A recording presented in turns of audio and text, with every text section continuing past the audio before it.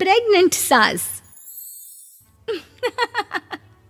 जमाना कितना भी बदल जाए, इतना भी नहीं कि बहू घर आए और सास गर्भवती दिख जाए।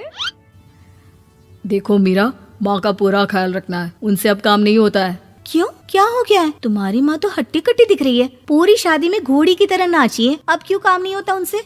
वो माँ प्रेग्नेंट है ना, बच्चा होने वाला है। मैं कभी भी भाई बन जाऊंगा इस साल के अंत तक। क्या बोल रहे हो? वो सर पर हाथ रखकर बैठ जाती है। यार पहले क्यों नहीं बताया? कैसा मजाक है ये? झूठ बोल रहे हो ना? हाँ, झूठ बोल रहे हो ना? तभी ससुर की आवाज आती है। बहू, पानी गरम कर दे, तेरी सास को दवाई देनी है। समय पर दवाई ना दी तो परेशानी हो जाएगी। और हाँ, जरा काजू पीस कर दूध में मिलाकर ले आना। तेरी सास खुद से तो अपनी संभाल करेगी नहीं। हे भगवान, ये मैं क्या सुन रही हूँ? ये ससुर जी को क्या हो गया है? मैं क्या सोच कर आई थी? हाय रे, मैं तो किसी को मुंह भी नहीं दिखा पाऊंगी। अब ये रोना धोना बाद में करना, पहले गर्म पानी कर दो, माँ को दवाई देनी होगी। और हाँ, रात को माँ के पैरों में तेल लगा देना। बहू को गुस्सा आ जाता है, वो बड़बड़ करती किचन में जाती है जहाँ उसका ससुर खड़ा होता है। एक बड़ी जिम्मेदारी है हम सबके सर ऊपर। इस उम्र में माँ बनना खतरे से खाली नहीं होता। हाँ हाँ पता है, तो क्यों बन गई माँ? अरे खतरे से कम नहीं है तो क्या जरूरत थी लल्ला पैदा करने की? कैसी बात कर रही हो बहू? क्या तुम खुश नहीं कि घर में एक नया मेहमान आएगा, छोटे छोटे पैरों से पूरे घर में घूमेगा? पिताजी, ये हाथ जोड़े आपके, आप यहाँ से जाओ। ये शायरी बाद में बताना, अभी मैं पानी गरम करके थर्मस में दे देती हूँ। सारा दिन पिलाते रहो गरम पानी। और हाँ, ये बच्चे की बात बार बार मुझसे कोई नहीं करेगा। बहू का पारा अब चढ़ा ही रहता था। वो काम तो सारा करती, लेकिन किलस किलस कर। मीरा सारे काम से फुर्सत पाकर बैठी होती है कि माँ का फोन आ जाता है। बेटा, बहुत बड़ी जिम्मेदारी है तेरे सर पर, अच्छे से निभाना। ससुराल में हर किसी को खुश रखना वैसे तो मुश्किल है, लेकिन भगवान ही हिम्मत देता है बहू को हर कुछ सहकर सबको खुश रखने की। क्या बड़बड़ किए जा रही हो माँ? जानती भी हो कि यहाँ क्या चल रहा है? मेरी सास, अरे तेरी सास तो देवी है देवी। कितने खुश हो रहे थे सारे तेरी सूरत देख देख कर।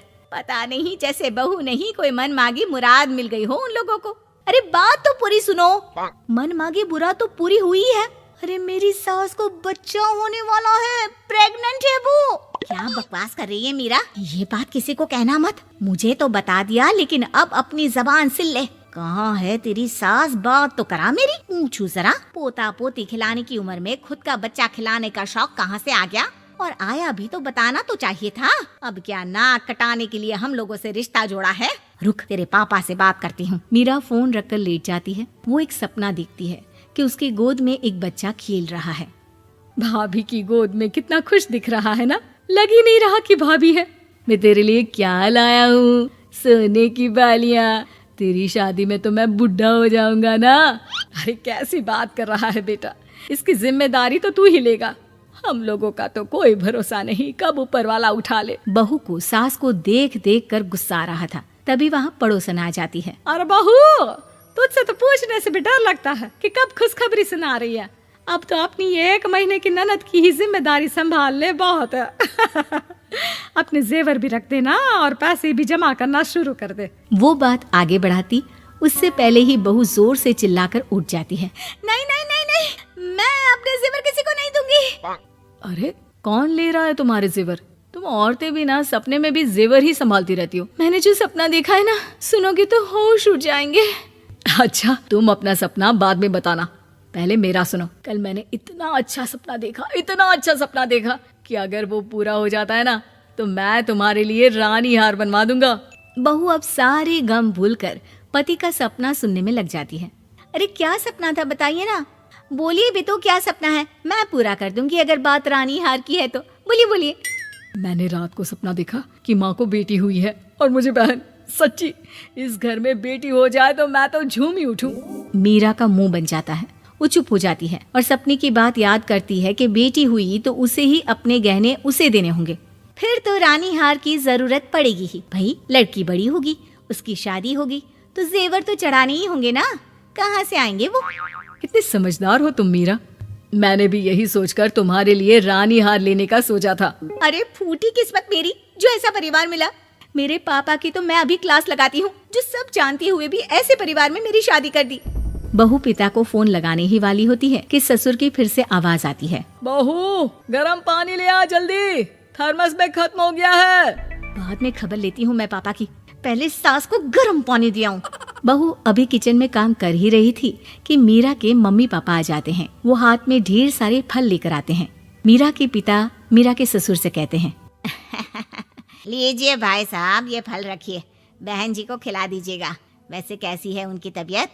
बस पता तो है आपको, ऐसे वक्त में जो होता है बस वही सब। मुझे तो सुनकर बहुत गुस्सा आया था, लेकिन चलिए, भाग्य में जो है लिखा उसे कौन टाल सकता है। डॉक्टर को दिखाए? हाँ, बस डॉक्टर आने ही वाला है। अच्छा हुआ आप लोग भी आ गए। उतने में एक सुंदर सी लेडी डॉक्टर आती है। पेशेंट कौन है आप? अरे नहीं जी, मैं तो बहू हूँ इस घर की। मैं तो अभी सोच भी नहीं सकती पोता या पोती के बारे में। अभी तो मेरी सास ही। अरे चुप हो जाना, देख तो ले, डॉक्टर है ये, किसी के भी सामने गुस्सा फोड़ देती है। डॉक्टर कमरे में जाती है और थोड़ी देर बाद बाहर आ जाती है। पीछे से सास भी निकल आती है। हे भगवान, इतना दुख तो किसी को भी ना दे जितना मुझे दिया है। देखिए बहन जी, आप लोगों को तो ये सोचना भी नहीं चाहिए था।